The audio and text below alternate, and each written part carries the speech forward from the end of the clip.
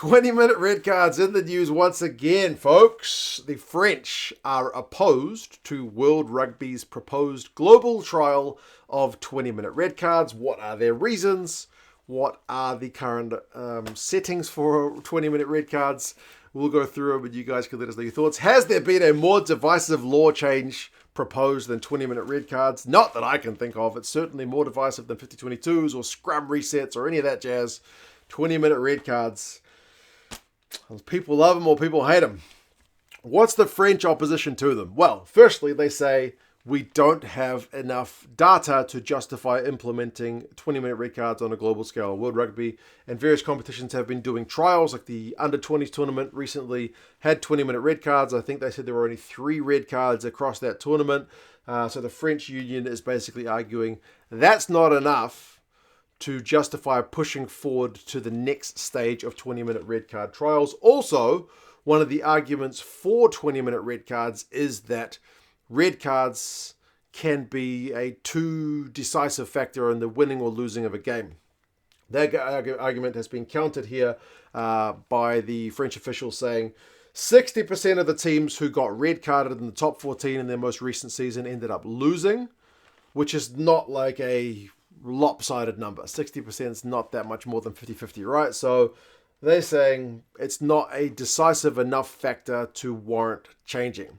Also, they point to I feel like it's the kind of most common argument against 20-minute red cards, that red cards in their original format, in terms of the player being gone and not being able to return, not being able to be replaced, that deters unsportsmanlike conduct. So that's their point of view. Now, I'm a guy who watches both Northern and Southern rugby. I'm used to both styles of red cards, and I'm going to put it out there. I prefer the 20-minute red card format, and I'll give you my reasons for it. You can agree or you can disagree. I'll leave that up to you guys. The first one, the unsportsmanlike conduct one, I feel like is still covered by the 20-minute red card laws, because you can still get a full red card even when 20-minute red cards are on the table.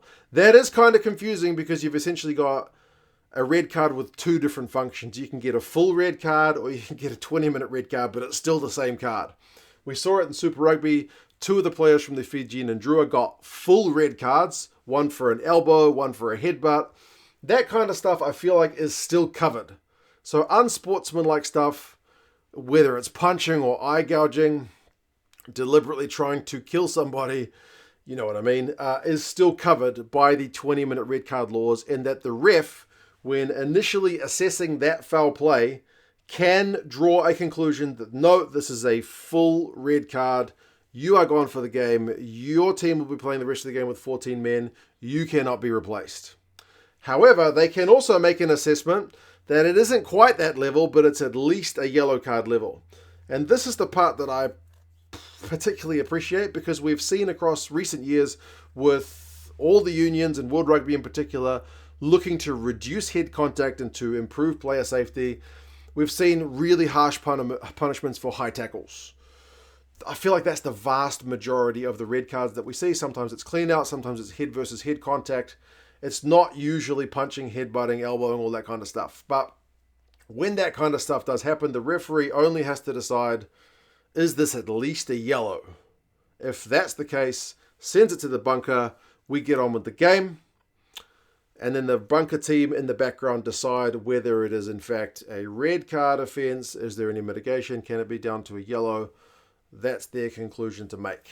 For us, watching the game, we get on with the game. We don't have to painstakingly sit there, watch the 5 different camera angles, watch it frame by frame, look, is the kind of head, is it touching the chin? Is it touching the collarbone? Is it first on shoulder, riding up?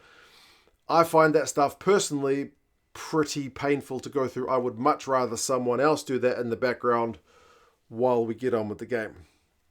Again, totally just personal preference. If the bunker team does decide, indeed, it is foul play, there's not enough mitigation to go down to a yellow card, we get the red card. The player is gone for 20 minutes, but can be replaced after 20 minutes. That player cannot come back onto the field. So, for example, in the Rugby Championship recently, we saw 1 red card across the 12 games, which I think is not too bad. Pablo Matera got red carded.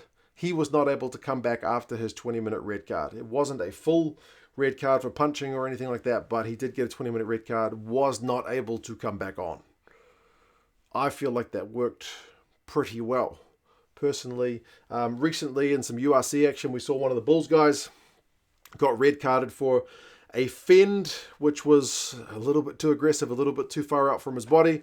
I feel like, again, that's the kind of thing that would have been a 20-minute red card if the URC did 20-minute red cards.